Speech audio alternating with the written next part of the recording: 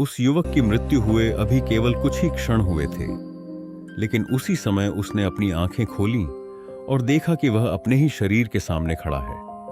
चारों ओर लोग रो रहे थे। उसकी मां उसके निर्जीव शरीर से लिपटी हुई थी। उसका भाई वैद्य को बुलाने के लिए दौड़ रहा था और गांव के लोग कह रहे थे, सब खत्म हो गया। लेकिन युवक चिल्लाकर कह रहा था, मैं यहां हूं, मैं मरा नहीं हूं। अजीब बात यह थी कि उसकी आवाज किसी को सुनाई नहीं दे रही थी। उसने अपने शरीर को छूने की कोशिश की, लेकिन उसका हाथ शरीर के आर पार निकल गया। तभी कमरे के अंधेरे कोने में एक प्रकाश दिखाई दिया। उस प्रकाश से कोई आवाज आई, भाई, जिसे तुम अपना जीवन समझते थे वह समाप्त हो चुका है। अब तुम्हारे कर्म तुम्हारे साथ हैं। युवक भय से पीछे हट गया और बोला, मेरे पास तो धन है, परिवार है, मेरा घर है, मैं इन्हें छोड़कर कहां जाऊं? आवाज आई, धन यहीं रह गया, घर यहीं रह गया, परिवार यहीं रह गया, शरीर भी यहीं रह गया। अब केवल वही तुम्हारे साथ जाएगा जिसे तुमने अपने कर्मों से बनाया है। उसी क्षण युवक ने देखा कि उसके सामने 3 रास्ते खुल गए। एक रास्ता प्रकाश से भरा था, दूसरा घने अंधकार में जा रहा था और तीसरे रास्ते के अंत में एक नया जन्म दिखाई दे रहा था। युवक ने कांपते हुए पूछा, इनमें से मुझे कौन सा रास्ता मिलेगा? तभी प्रकाश के भीतर से भगवान बुद्ध की शांत आवाज सुनाई दी, यह रास्ता आज तय नहीं होगा। इसे तुमने अपने जीवन के हर विचार, हर शब्द और हर कर्म से पहले ही बनाना शुरू कर दिया था। बहुत समय पहले मगध की धरती पर एक गांव था जिसका नाम था चंद्रवन। गांव के बाहर एक शांत विहार था जहां अनेक भिक्षु रहते थे। उसी विहार में एक दिन भगवान बुद्ध अपने शिष्यों के साथ ठहरे हुए थे। गांव में लोग बुद्ध के पास अपने दुखों का समाधान पूछने आते थे। कोई धन के बारे में पूछता, कोई बीमारी के बारे में, कोई परिवार के झगड़े के बारे में और कोई अपने भविष्य के बारे में। लेकिन उस गांव में एक युवक था जिसका नाम आर्यन था। आर्यन बहुत जिज्ञासु था। उसे संसार की उन बातों को जानने की इच्छा रहती थी जिन्हें सामान्य लोग पूछने से डरते थे। वह अक्सर विहार में जाकर भिक्षुओं से प्रश्न करता। एक दिन उसने एक वृद्ध भिक्षु से पूछा, भंते, मनुष्य मरने के बाद कहां जाता है? वृद्ध भिक्षु कुछ देर चुप रहे। उन्होंने कहा, यह प्रश्न भगवान बुद्ध से पूछना। आर्यन उसी समय बुद्ध के पास पहुंचा। उसने प्रणाम करके कहा, भगवन, मैं एक प्रश्न पूछना चाहता हूं। बुद्ध ने कहा, पूछो। आर्यन बोला, मनुष्य की मृत्यु के बाद क्या होता है? क्या वह कहीं जाता है? क्या वह अपने परिवार को देख सकता है? क्या उसे अपने कर्म दिखाई देते हैं? क्या उसे पता चलता है कि उसने जीवन में क्या सही और क्या गलत किया? बुद्ध ने युवक की ओर देखा। उन्होंने तुरंत कोई निश्चित उत्तर नहीं दिया। उन्होंने पूछा, तुम ये क्यों जानना चाहते हो? आर्यन बोला, क्योंकि मुझे मृत्यु से डर लगता है। मैं जानना चाहता हूं कि उसके बाद क्या होगा। बुद्ध ने कहा, यदि मैं तुम्हें ऐसी बात बता दूं जिसे तुम सत्य मान लो, लेकिन उसे स्वयं समझे बिना केवल विश्वास कर लो, तो क्या तुम्हारा भय समाप्त हो जाएगा? आर्यन चुप रहा। बुद्ध बोले, मृत्यु को समझने के लिए पहले जीवन को समझना आवश्यक है। आर्यन ने कहा, लेकिन भगवन, मैं मृत्यु के बाद की यात्रा जानना चाहता हूं। बुद्ध मुस्कुराए और बोले, तो तुम्हें एक कथा सुननी होगी। यह कथा तुम्हें बताएगी कि मनुष्य मृत्यु के बाद क्या लेकर जाता है और क्या पीछे छोड़ जाता है। आर्यन ध्यान से बैठ गया। बुद्ध ने कथा शुरू की। चंद्रवन गांव में वर्षों पहले एक व्यक्ति रहता था जिसका नाम था विराज। विराज बहुत धनवान था। उसके पास खेत, पशु, सोना और बड़े बड़े मकान थे, लेकिन उसके भीतर करुणा नहीं थी। वह गरीबों को तुच्छ समझता था। मजदूरों से कठोर व्यवहार करता था। यदि कोई उससे सहायता मांगता तो वह कहता, मेहनत करो, मेरे पास क्यों आए हो। वह पूजा भी करता था, दान भी देता था, लेकिन अक्सर केवल इसलिए कि लोग उसकी प्रशंसा करें। गांव में उसका नाम तो बहुत बड़ा था, लेकिन लोग उससे प्रेम नहीं करते थे। एक दिन विराज ने अपने पुत्र से कहा, मैंने इतना धन कमाया है कि हमारी 7 पीढ़ियां आराम से जी सकती हैं। पुत्र ने पूछा, पिताजी, आपने इतना धन किस लिए जमा किया? विराज ने कहा, सुरक्षा के लिए। पुत्र ने पूछा, किससे? विराज ने कहा, गरीबी से। लेकिन उसे यह पता नहीं था कि धन गरीबी से बचा सकता है, मृत्यु से नहीं। कुछ वर्षों बाद विराज गंभीर रूप से बीमार पड़ गया। बड़े बड़े वैद्य बुलाए गए, दूर देशों से औषधियां मंगाई गईं। महल में पूजा पाठ होने लगा, लेकिन शरीर धीरे धीरे कमजोर होता गया। एक रात विराज ने अपने पुत्र का हाथ पकड़कर कहा, मेरी तिजोरी की चाबी संभाल कर रखना। पुत्र ने कहा, पिताजी, अभी आप ठीक हो जाएंगे। विराज बोला, नहीं, मुझे लगता है समय आ गया है। फिर उसने पूछा, क्या तुमने मेरे सारे धन की व्यवस्था कर ली? पुत्र ने कहा, हां। विराज ने आंखें बंद कर लीं। कुछ ही समय बाद उसकी सांस रुक गई। घर में रोना शुरू हो गया। उसके पुत्र ने तिजोरी खोली। सोना चमक रहा था, लेकिन जिस व्यक्ति ने उसे जीवन भर अपना समझा था, वह अब उस सोने को छू भी नहीं सकता था। उसका शरीर अंतिम संस्कार के लिए ले जाया गया। लोग कह रहे थे, विराज बहुत धनवान था। लेकिन एक वृद्ध व्यक्ति ने कहा, वह धनवान था, लेकिन अब देखो उसके साथ क्या गया। किसी के पास उत्तर नहीं था। बुद्ध ने आर्यन की ओर देखते हुए कहा, यहीं से तुम्हारा प्रश्न शुरू होता है। आर्यन ने पूछा, भगवान, मृत्यु के बाद विराज कहां गया? बुद्ध बोले, यह समझना आवश्यक है कि बौद्ध शिक्षाओं में मृत्यु के बाद की स्थिति को केवल एक स्थायी आत्मा के एक स्थान से दूसरे स्थान पर जाने की तरह नहीं समझाया जाता। कारण और परिणाम की निरंतरता की बात की जाती है। कर्म और तृष्णा आगे की प्रक्रिया को प्रभावित करते हैं। इसे समझने के लिए दीपक का उदाहरण लो। उन्होंने एक दीपक जलाया, फिर दूसरे दीपक को पहले दीपक की लौ से जलाया। बुद्ध ने पूछा, क्या दूसरे दीपक की लौ पहली लौ ही है? आर्यन ने कहा, ठीक वही नहीं। बुद्ध बोले, क्या उसका पहले दीपक से कोई संबंध नहीं? आर्यन ने कहा, संबंध है। बुद्ध बोले, इसी प्रकार कारण और परिणाम की निरंतरता को समझने का प्रयास करो। इसे ऐसा मत समझो कि कोई स्थायी आत्मा सामान लेकर एक शरीर से दूसरे शरीर में चली गई। आर्यन ध्यान से सुन रहा था। बुद्ध ने कहा, मनुष्य जीवन भर अपने भीतर इच्छाएं, आदतें, आसक्तियां और कर्मों के संस्कार बनाता है। मृत्यु शरीर का अंत है, लेकिन कारण परिणाम की धारा को केवल शरीर के समाप्त होने से समझना पर्याप्त नहीं। आर्यन ने पूछा, तो मृत्यु के बाद सबसे पहले क्या होता है?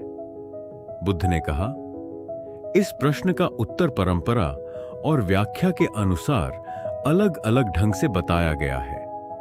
लेकिन तुम्हारे लिए सबसे महत्वपूर्ण बात यह है कि मृत्यु के समय मनुष्य अपने धन और पद को नहीं, अपने कर्मों के परिणामों की दिशा को साथ लेकर आगे बढ़ता है। आर्यन ने पूछा, क्या उसे अपने सारे कर्म दिखाई देते हैं?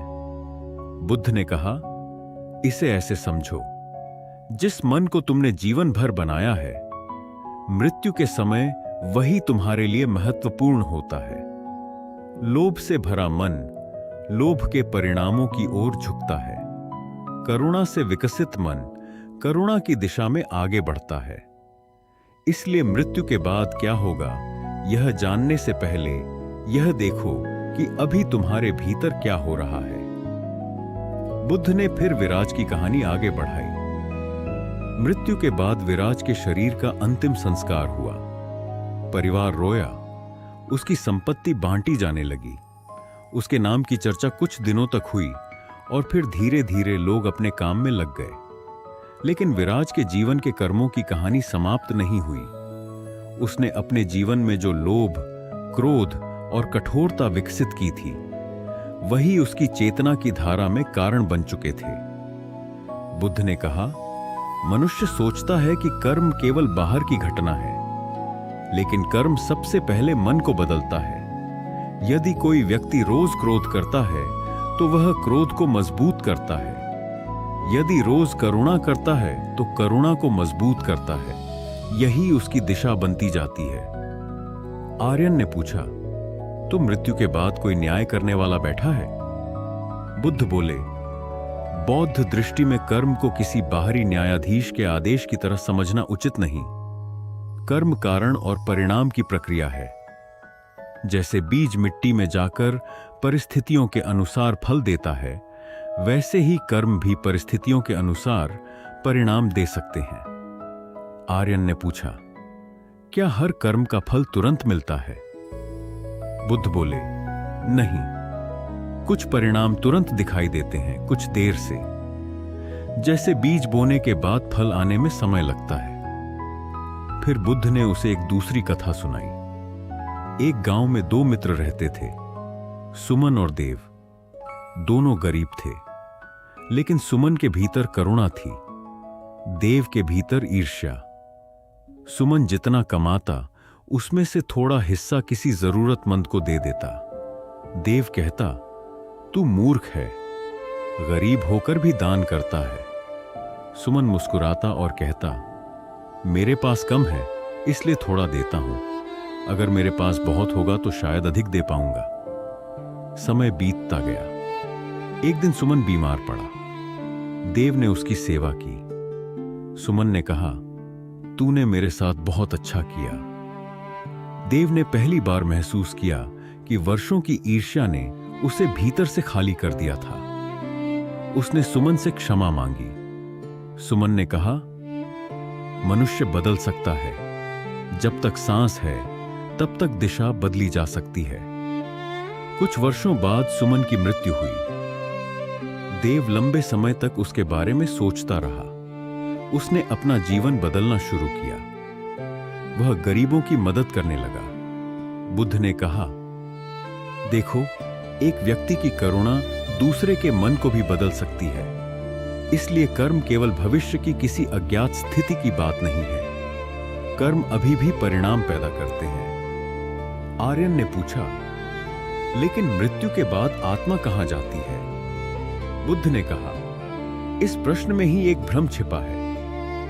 यदि तुम स्थायी और अपरिवर्तनीय आत्मा की कल्पना करके पूछोगे कि वह कहां गई, तो तुम्हारी समझ सीमित हो जाएगी। शरीर बदलता है, भावनाएं बदलती हैं, विचार बदलते हैं, चेतना की अवस्थाएं बदलती हैं। बौद्ध शिक्षा हमें इन सब को अनित्य और कारण परिणाम से देखने को कहती है। आर्यन चुप रहा। बुद्ध ने कहा, अब मैं तुम्हें मृत्यु के बाद की यात्रा को एक प्रतीकात्मक कथा के रूप में समझाता हूं। इसे शाब्दिक दृश्य मत मानना, बल्कि कर्म और मन की दिशा को समझने का माध्यम मानना। आर्यन ने सिर झुका दिया। बुद्ध ने कहा, कल्पना करो कि एक मनुष्य का शरीर समाप्त हो गया। उसके प्रियजन उसके शरीर के पास हैं। वे रो रहे हैं, लेकिन जीवन की धारा अब उस शरीर से आगे की दिशा में जा रही है। उस समय मनुष्य के पास कोई तिजोरी नहीं, कोई पद नहीं, कोई प्रतिष्ठा नहीं। उसके कर्म ही उसकी दिशा बनाते हैं। यदि उसने जीवन भर घृणा बोई है, तो मन अशांत परिणामों की ओर झुक सकता है। यदि उसने करुणा विकसित की है, तो उसका मन अधिक शुभ दिशा में प्रवाहित हो सकता है। इसलिए मृत्यु के बाद का सबसे बड़ा प्रश्न यह नहीं कि मैं कहां जाऊंगा, बल्कि यह है कि मैंने अपने मन को किस दिशा में बनाया है। आर्यन ने पूछा, क्या पुनर्जन्म होता है? बुद्ध ने कहा, बौद्ध परंपरा में पुनर्जन्म या पुनर्भव की शिक्षा महत्वपूर्ण है, लेकिन इसे स्थायी आत्मा के एक शरीर से दूसरे शरीर में जाने की तरह समझना सही नहीं।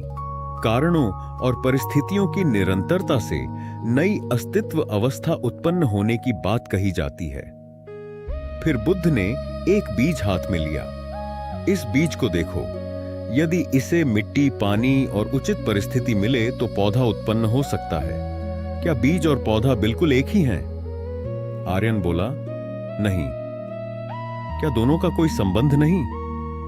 संबंध है। बुद्ध बोले, इसी प्रकार कारण और परिणाम की निरंतरता को समझो, न पूरी तरह वही, न पूरी तरह अलग। आर्यन के चेहरे पर गंभीरता आ गई। उसने पूछा, तो मृत्यु के बाद सबसे बड़ा डर किस बात का होना चाहिए? बुद्ध बोले, डर नहीं, जागरूकता। यदि तुम मृत्यु के बाद के बारे में सुनकर भयभीत हो जाओगे तो तुम फिर उसी भ्रम में फंस जाओगे। लेकिन यदि तुम यह समझोगे कि हर विचार, हर शब्द और हर कर्म तुम्हारे मन को आकार देता है, तो तुम अभी से अपना मार्ग बदल सकते हो। उसी समय आर्यन ने बुद्ध से पूछा, भगवान, अगर कोई व्यक्ति जीवन में बहुत गलतियां कर चुका हो तो क्या मृत्यु के बाद उसके लिए कोई रास्ता नहीं? बुद्ध ने कहा, जब तक जीवन है, परिवर्तन का अवसर है। पछतावा तभी सार्थक है जब वह परिवर्तन बने। जिसने गलती की है वह समझ सकता है, क्षमा मांग सकता है, सुधार कर सकता है और आगे अच्छे कर्म कर सकता है। केवल डरने से कर्म नहीं बदलते। आर्यन ने पूछा, और जो व्यक्ति मृत्यु के बिल्कुल निकट हो? बुद्ध बोले, उसके पास भी जागरूकता का अवसर है, लेकिन मृत्यु के अंतिम क्षण के भरोसे मत बैठो। मनुष्य अक्सर सोचता है कि अंत में सब ठीक कर लूंगा। बुद्धिमानी यह है कि अभी से मन को प्रशिक्षित किया जाए। फिर बुद्ध ने एक ऐसी कहानी सुनाई जिसने आर्यन को भीतर तक हिला दिया। एक व्यक्ति था जिसका नाम था नीलक। उसने जीवन भर लोगों को धोखा दिया। वह सोचता था कि मृत्यु से पहले किसी साधु से क्षमा मांग लेगा और सब ठीक हो जाएगा। जब वह वृद्ध हुआ तो उसने कहा, अब मैं धर्म करूंगा। लेकिन उसका मन वर्षों की आदतों से इतना अशांत था कि उसे शांति मिलना कठिन हो गया। वह ध्यान करने बैठता तो पुराने लोभ याद आते, आंखें बंद करता तो पुराने झूठ सामने आते। बुद्ध ने कहा, यही कारण है कि जीवन की साधना को अंतिम क्षण पर मत छोड़ो। आर्यन ने पूछा, तो क्या मृत्यु के समय मन की स्थिति महत्वपूर्ण है? बुद्ध बोले, हां, पर उसे पूरे जीवन से अलग नहीं किया जा सकता। अंतिम क्षण का मन भी पूरे जीवन की आदतों से प्रभावित होता है। आर्यन ने यह बात अपने हृदय में रख ली। अब उसे समझ आने लगा था कि मृत्यु के बाद की यात्रा को केवल किसी रहस्यमय स्थान की यात्रा मानना पर्याप्त नहीं। असली यात्रा मन की दिशा की यात्रा है। फिर बुद्ध ने कहा, आर्यन, अब उस युवक की कहानी सुनो जो मृत्यु के बाद अपने शरीर के सामने खड़ा था। आर्यन चौंक गया। बुद्ध ने कहा, वह कहानी एक प्रतीक है। उसे वास्तविक घटना मानकर मत पकड़ो। उस कहानी के माध्यम से समझो कि मनुष्य मृत्यु के समय क्या खो देता है और क्या लेकर जाता है। कहानी में वह युवक अपने शरीर को देख रहा था। उसके परिवार की आवाजें उसे सुनाई दे रही थीं। वह धन की ओर गया, लेकिन उसे छू नहीं सका। वह अपने घर के भीतर गया, लेकिन कोई उसे देख नहीं पा रहा था। वह अपने मित्र के पास गया, लेकिन मित्र ने उसकी उपस्थिति महसूस नहीं की।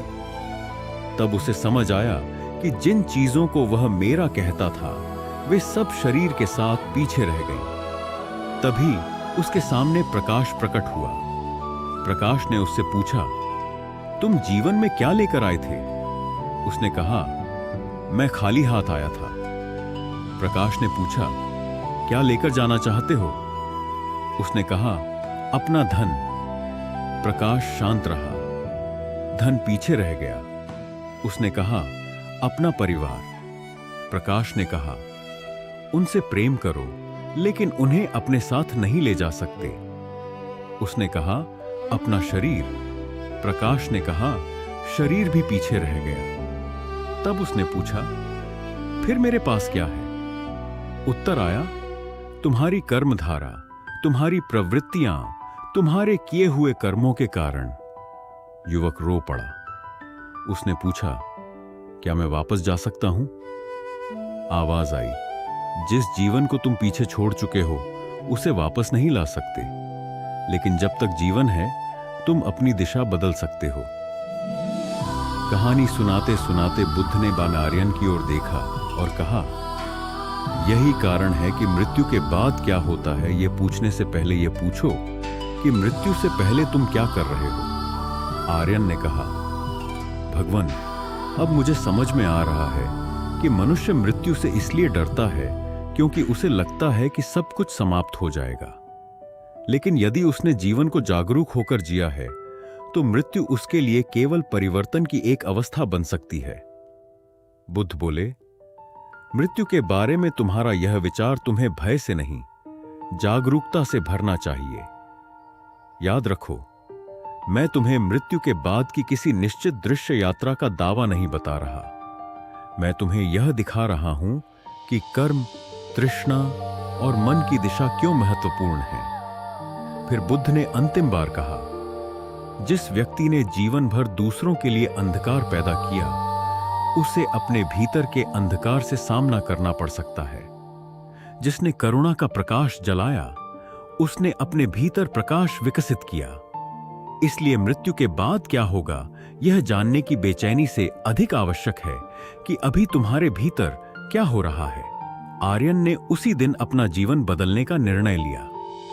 उसने गांव में जाकर लोगों की सहायता शुरू की। उसने अपने पिता से क्षमा मांगी। उसने जिस व्यक्ति से वर्षों से दुश्मनी रखी थी, उसके पास जाकर कहा, मैं इस वैर को आगे नहीं ले जाना चाहता। उसने गरीब बच्चों को शिक्षा दिलाने में मदद की। उसने रोज कुछ समय ध्यान में बिताना शुरू किया। वर्षों बाद जब आर्यन वृद्ध हुआ तो लोग उसके पास मृत्यु के बारे में पूछने आते थे। एक युवक ने उससे पूछा, क्या आपको पता है कि मृत्यु के बाद क्या होगा? आर्यन मुस्कुराया और बोला, मुझे नहीं पता कि मेरे लिए अगला अनुभव कैसा होगा, लेकिन मुझे इतना पता है कि मृत्यु के समय मैं अपने सोने की थैली नहीं, अपने मन की दिशा लेकर जाऊंगा। इसीलिए मैंने अपने मन को तैयार करने की कोशिश की है। युवक ने पूछा, क्या आपको मृत्यु से डर नहीं लगता? आर्यन ने कहा, डर कभी कभी आता है, लेकिन अब मैं उससे भागता नहीं। मैं उसे याद करके अपने वर्तमान को और अधिक सचेत बनाता हूं। और यही वह शिक्षा थी जिसे उसने बुद्ध से सीखा था। मृत्यु के बाद क्या होता है, इस विषय पर मनुष्य के पास अनेक धारणाएं हैं, लेकिन बुद्ध की शिक्षा हमें अंधे विश्वास से अधिक जागरूकता, अनित्यता, कर्म, तृष्णा और दुहक की जड़ों को समझने की ओर ले जाती है। लेकिन कहानी का सबसे खतरनाक रहस्य अभी बाकी था, क्योंकि बुद्ध ने आर्यन से कहा था, जिस दिन तुम्हें मृत्यु के बाद की चिंता छोड़कर अपने आज के कर्मों की चिंता होने लगेगी, उसी दिन तुम मृत्यु के सबसे बड़े रहस्य के करीब पहुंच जाओगे। और उस रहस्य का अंतिम दरवाजा तब खुलेगा जब तुम यह समझोगे कि मनुष्य मृत्यु के बाद केवल कहीं जाता नहीं, बल्कि उसके भीतर की वही इच्छाएं और कर्म आगे की दिशा को प्रभावित करते हैं।